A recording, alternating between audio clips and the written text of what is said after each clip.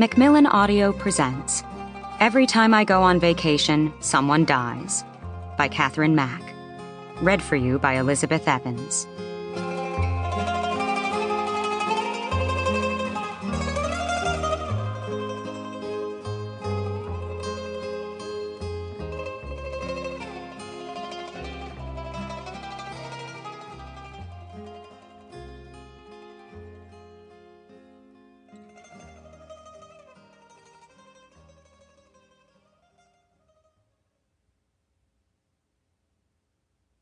The beginning is rarely the beginning.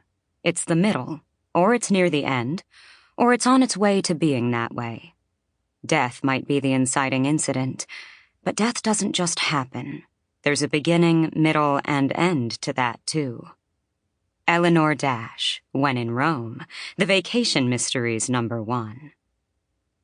One doesn't recognize the really important moments in one's life until it's too late. Agatha Christie. About the author.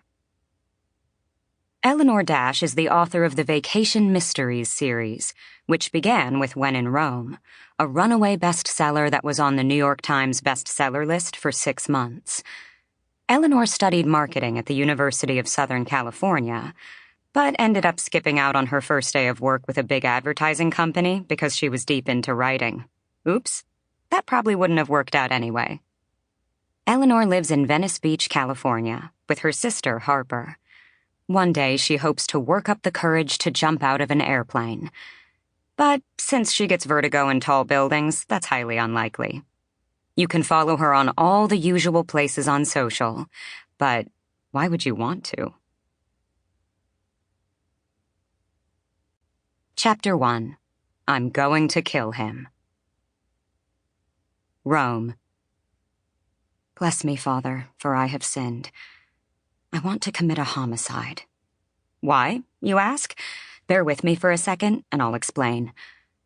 I write books for a living. But the thing is, I never meant to write a book in the first place. I know that sounds nuts. Who writes an entire novel by accident? But that's what happened.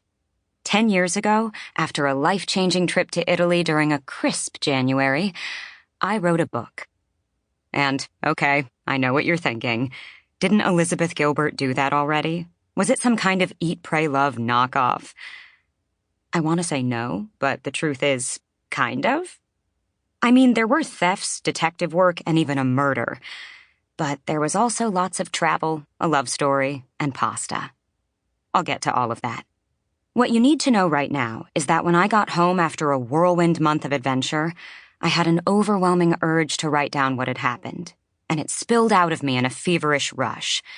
How I met Connor Smith, how we got embroiled in solving a series of robberies that ended in a murder, how we fell in love. I sifted through everything we'd experienced, and out came When in Rome. And the things that happened in the months after that, getting an agent, selling the book at auction, being flown to New York to meet my publishing team, felt like a continuation of a dream I couldn't seem to wake up from. My wake-up call came 6 weeks before the book was scheduled to launch that November, because I'd forgotten one tiny detail. I never told Connor I was writing about him. I just invited him to meet me in New York and didn't tell him why.